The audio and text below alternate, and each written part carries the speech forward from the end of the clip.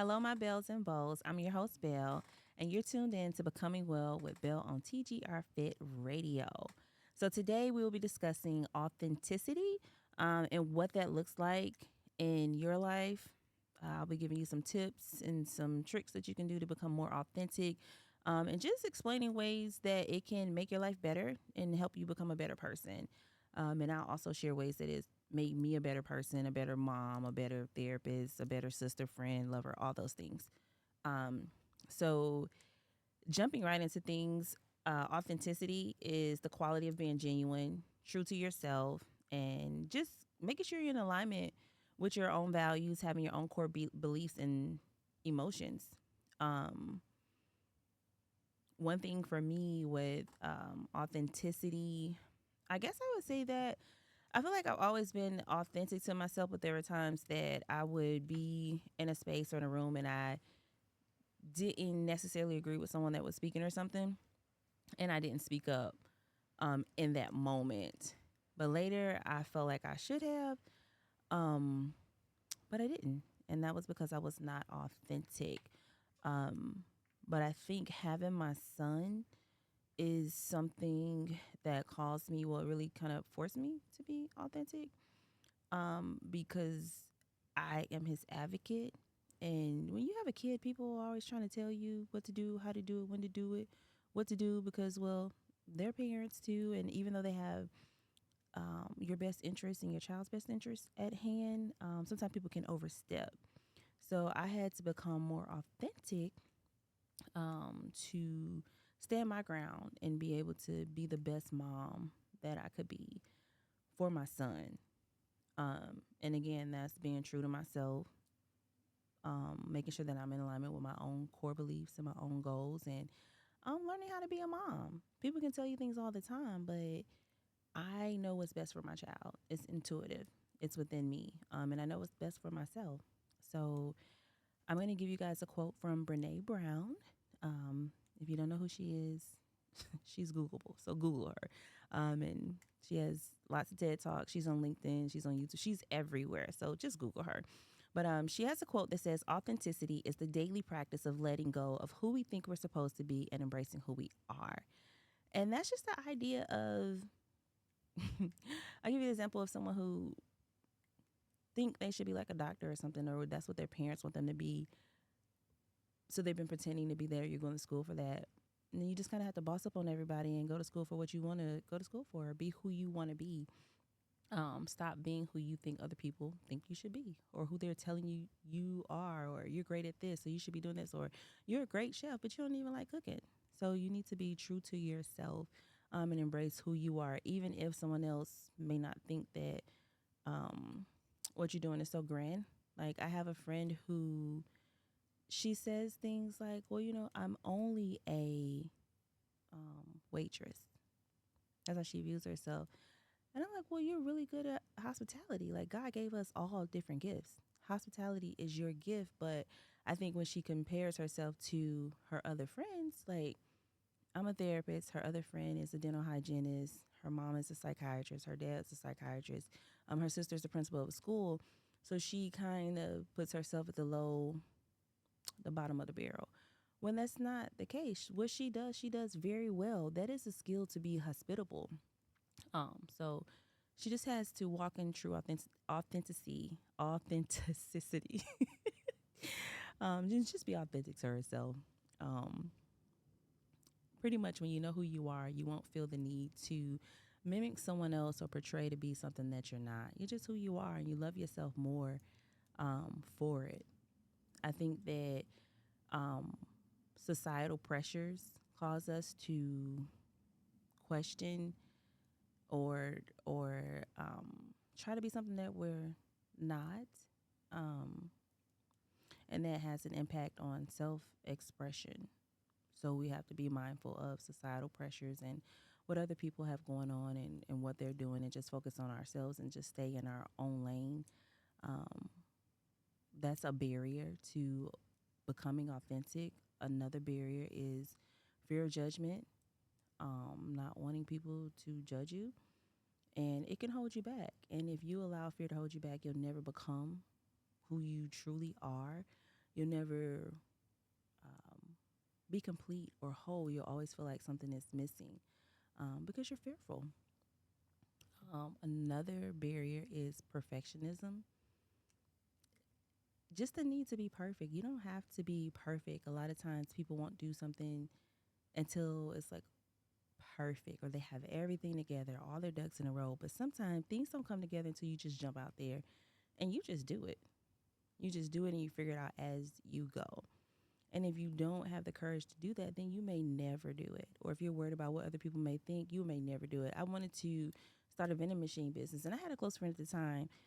He really was encouraging me to do it, sending me vending machines and different things to get my business started. But I had a conversation with one person, and that was the wrong person. And I became discouraged, and I didn't do it. And now looking back, I'm like, dang, I wish I would have did that. So, excuse me. You just want to be mindful of trying to make sure that things are perfect and everything has to align. If you have an idea, just do it. Yes, sometimes things are risky, but with life there comes risk. And if you don't take a chance, then if you don't take a chance on who's gonna take a chance on you? Right? So you gotta trust in yourself. And that's again part of being authentic, trusting yourself. Being authentic promotes self-awareness. It requires vulnerability. It requires self-reflection. And with vulnerability, there's growth. Um, you'll grow by being vulnerable because you're being honest with yourself. You're asking yourself the hard questions. You're asking yourself questions such as, why does it make me feel that way, or why do I do that? Where did that thought come from? Why did I think that, or why do I think that way? And sometimes the answers will be ugly. It won't always be pretty. But in answering and asking the hard questions, you can develop a beautiful truth. Um, it won't be easy, but it'll be worth it. Um, and that's kind of like parts of embracing authenticity. Um, Again, I said self reflection. So, ways that you can do that is one, asking the hard questions that falls under self reflection. So, you want to practice self reflection. That's a tip.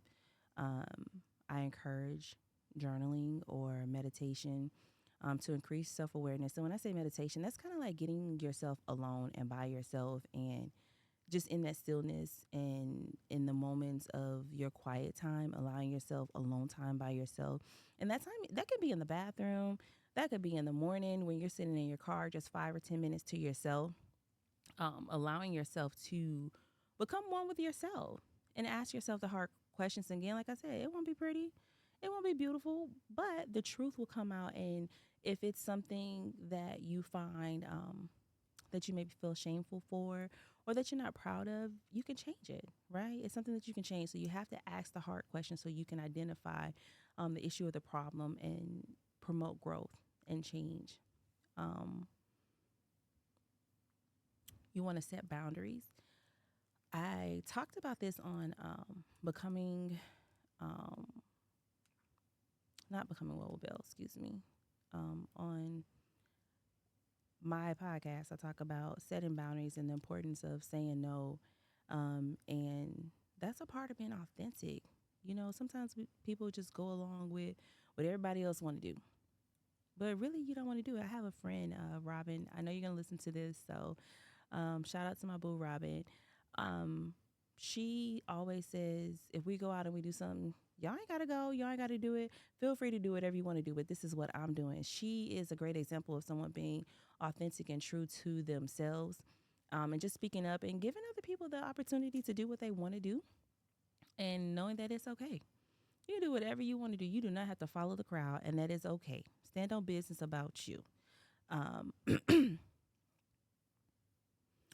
The other thing, another tip is to accept your imperfections. Like, nobody's perfect. You want to accept you because how can we enter into relationships with our friends, our lovers, um, work, our colleagues at work, our peers, our children, and expect everybody to accept us or say, oh, this is just how I am.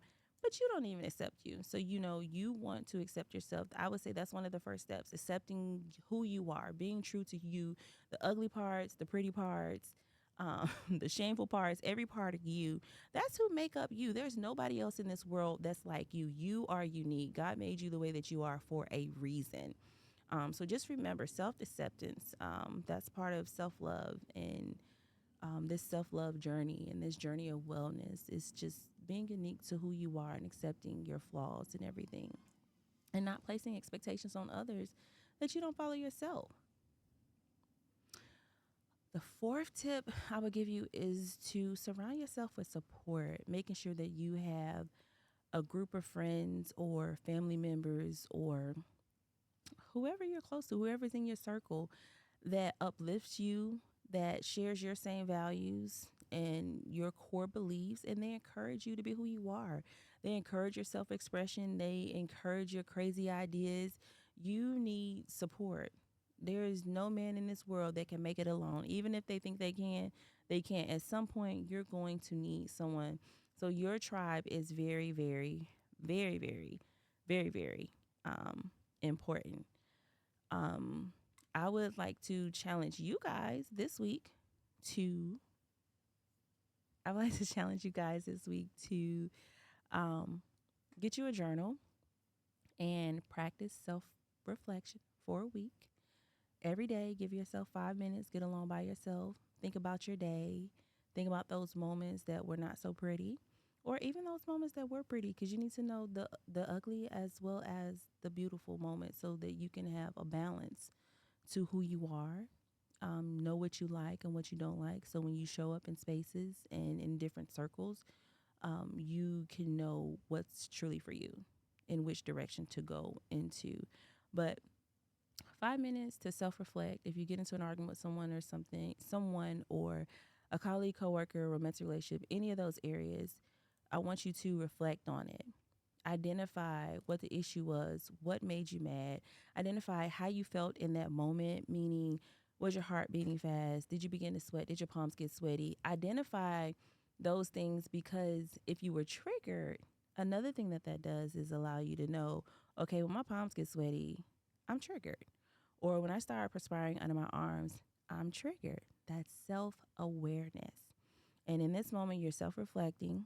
So when you realize when those things begin to happen, you may need to begin to remove yourself before things get out of hand, if things got out of hand. But anyway, so practice self reflection for a week, see how you feel, um, set small, actionable, and attainable goals around being more authentic. If you guys would like to send in questions or provide feedback about the show, you can email me at becoming.belle@yahoo.com. It's just like my name, becoming, BECOMING, belle, BELLE, at yahoo.com.